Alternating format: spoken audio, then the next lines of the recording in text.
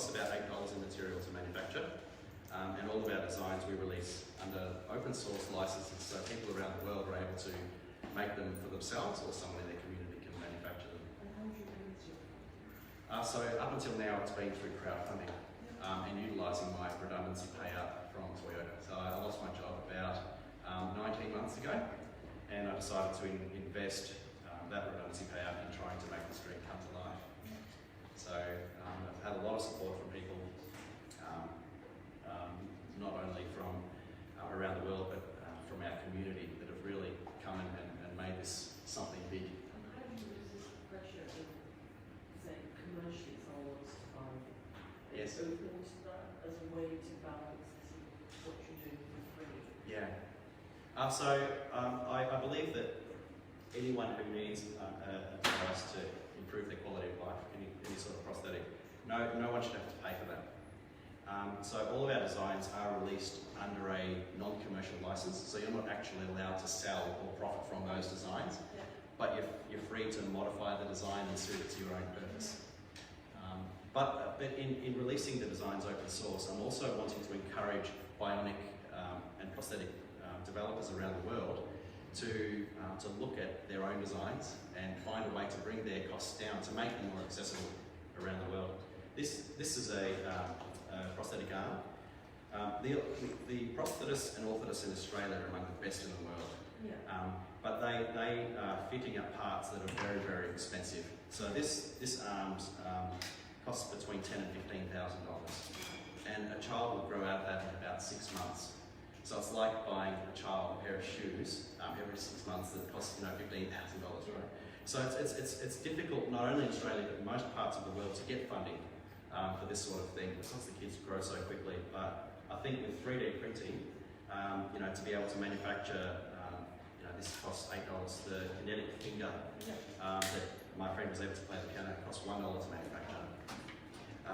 So here's a finger prototype that was made for a friend. So chopped off his finger using the existing movement of just the stud, you're able to get function of the finger by just attaching it to the wrist. So that gave enough mobility for my friend to play the piano again. What's your friend's name? Yeah. So I spent 1 year developing this for USCEC, and then once it was successful, we just released it to the world. And now it's been downloaded over 3,000 times by people around the world. And I met a man in Germany last year who was actually wearing my finger design, which was quite heartwarming to show the power of making things open source. You can reach lives that you never thought that you would. So we have a lab in here, and I'll just introduce you to these incredible gentlemen from Melbourne University Biomedical Engineering. Zafo? Judging. They're master's students of biomedical engineering. So we're creating this creative space here at the laboratory where people can come in like these gentlemen. So this is our bionic arm that we're developing. And so far this has cost $26 in parts. Even the sensors that we're using are worth $2. So would you like to just give a quick demonstration of what you're actually trying to do here? So basically this sensor is like super sensitive, and it's actually do the same job as a $1,000 and whatever the sensor does. So basically you tie it. For you. So obviously this is just a very early development here. Yep. So like that. So now you can see the signal just by a little, or maybe a bit tighter, just by a little kind of like motion. Try it on my arm while you explain. Yeah, I can try it on yours. So normally it would attach to so it's for transradial amputees or people with limb differences born without an arm. Yep.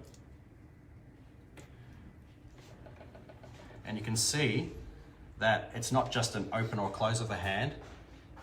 You can pick up very, very fine signals from moving the hand. Yeah. With only $2. $2 sensor. Yeah. So very accessible to people all around the world. What are the sensors? These are already sort of available. They are available. So you don't have to assemble them, just buy them in parts Yeah. Simple So as that. a lot of One go. companies try to make their parts proprietary. So if you want to get something fixed, you have to go to them to get it repaired. But we're trying to develop a hand that you can buy parts anywhere in the world. Yeah. So for example, these runners in here that control the fingers, they're M4 wing nuts. You can buy a wing nut in any hardware around the world. These are $4 motors that you can buy on eBay. This is a $10 microcontroller, which is the brain of the bionic arm that they make by the millions. But it's what these guys do with writing the code that tells this what to do that I think is going to be far superior to anything else available. And our target is $50 to $100 in parts to then, as a charity, to be able to provide them to people around the world for free. Yeah. And for people to be able to fix them themselves rather than have to send it across the other side of the world.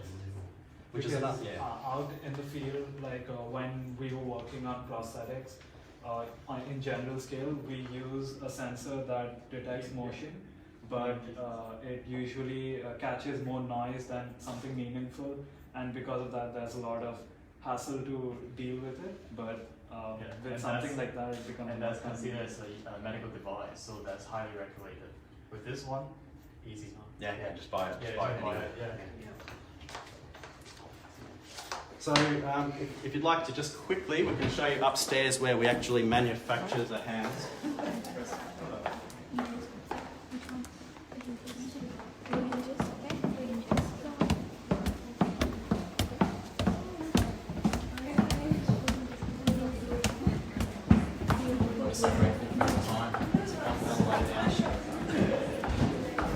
So this is our 3D printing room. So we have in total 18 3D printers. You can see that it's making some parts now, so these are fingers.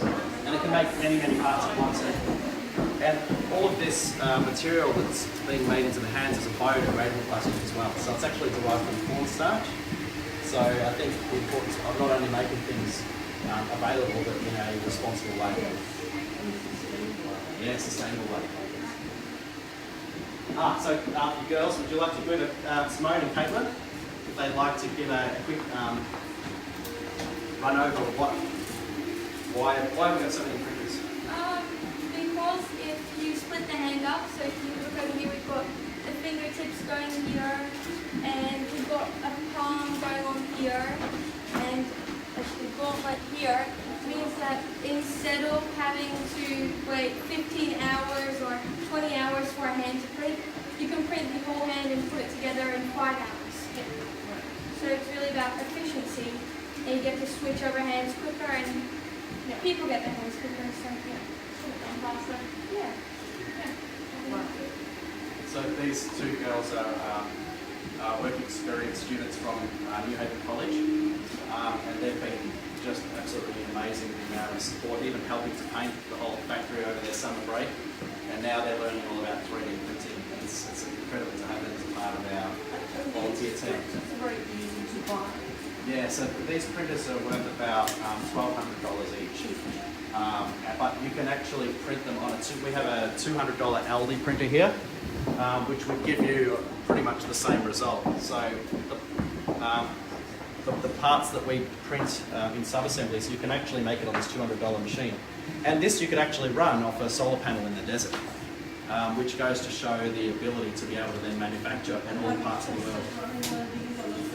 Not yet, but definitely. I eventually hope to have this entire factory powered by solar panels. For environmental sustainability. Sorry? Yeah.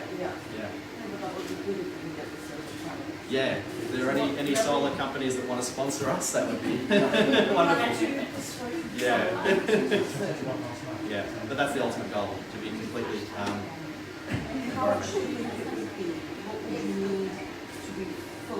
well, these printers don't actually use much power. They use as much as a desktop computer. Yeah. Because it doesn't have to heat the whole machine up, and there's no waste within the process. It's like having basically here like eight printers work, 8 desktop computers working in a small office. So we don't use that much electricity. Yeah. So these are for the hinges. That's right. Yeah. So all of our parts are sequenced with job numbers that come down onto our production line.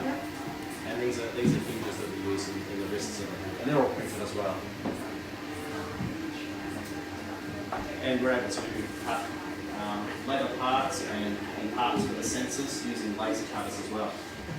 So we're trying to be able to.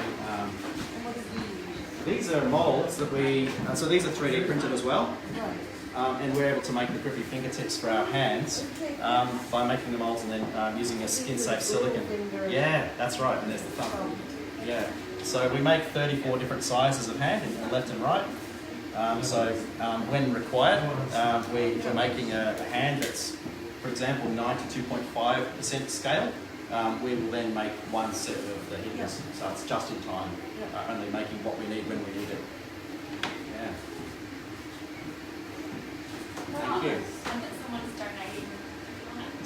Yeah, so we have a company in Melbourne called Aurora. They make 3D printed filament. All of these materials that we're using. Where's an example?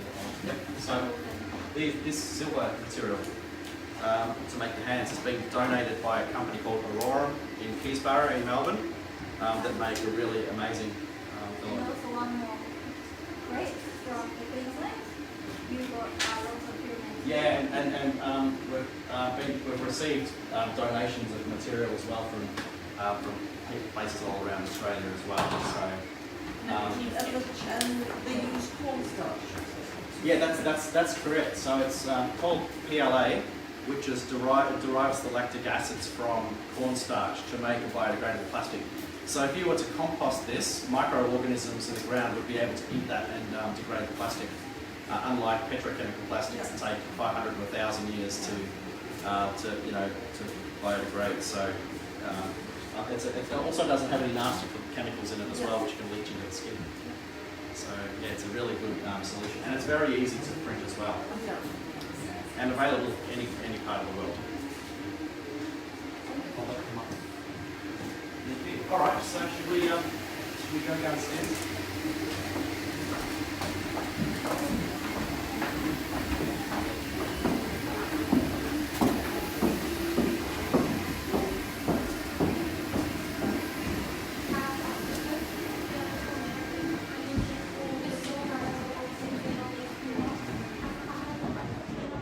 Oh yeah, I've got mine too. I'd love to go pop the video to see the same like part. Well, on yeah, maybe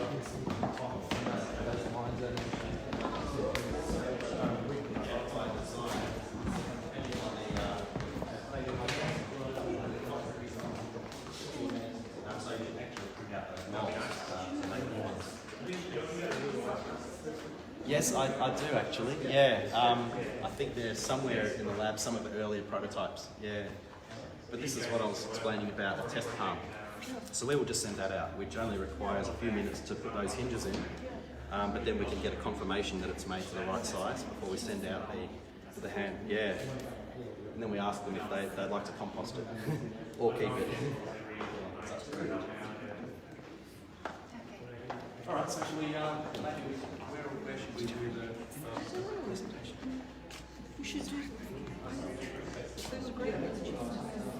Okay, great. All right, we're going to do the presentation here at Grant, in front of some of the photographs. Yes, yeah. So those photos.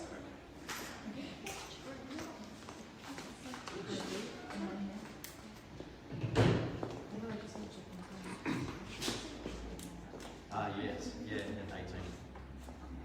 18 and 3 now. That's so 3,000 times. Equivalent value would cost about $6,500 to use, like function. For about $1. Excuse me. You can do it in front of that. Yeah.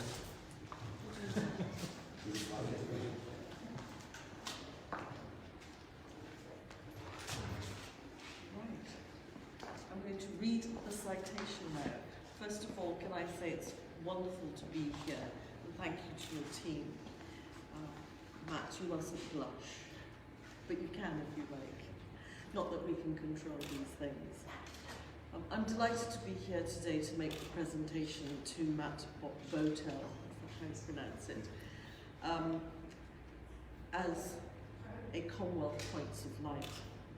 So Matt, representing Australia, is an engineer who's used his professional skills to create affordable prosthetic limbs for thousands of families worldwide.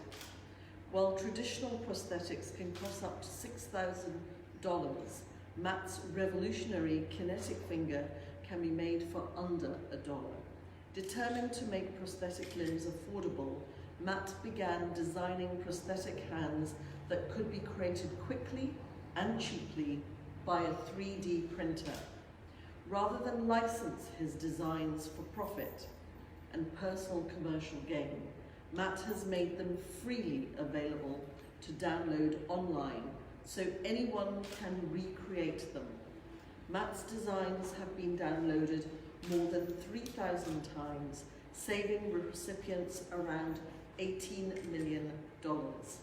He has helped children and adults in Australia and around the world, including one recipient in Japan who could play the piano for the first time in a decade.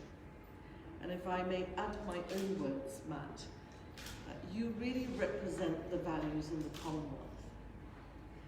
As part of society and a community and working for the benefit of others, and actually not putting self first, but putting the interests of those who have lost a limb and feel incomplete. By giving them hands, you make them complete again.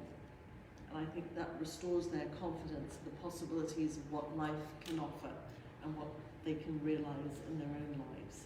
And that is such a special gift that is beyond price and beyond comparison. And that is why you have been chosen by Her Majesty Queen Elizabeth II as a Commonwealth Points of Light. I think that phrase itself, Points of Light, it is about a shining beacon and a role model that others can look to and say, what am I in turn going to do for my society and my community? So may I present you now, on behalf of Her Majesty, your Points of Light certificate and award. Thank you.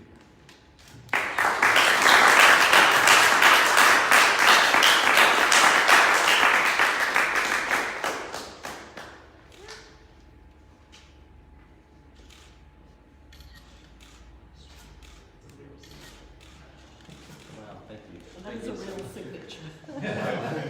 Don't go selling it on eBay. No. It's going straight to the pool room.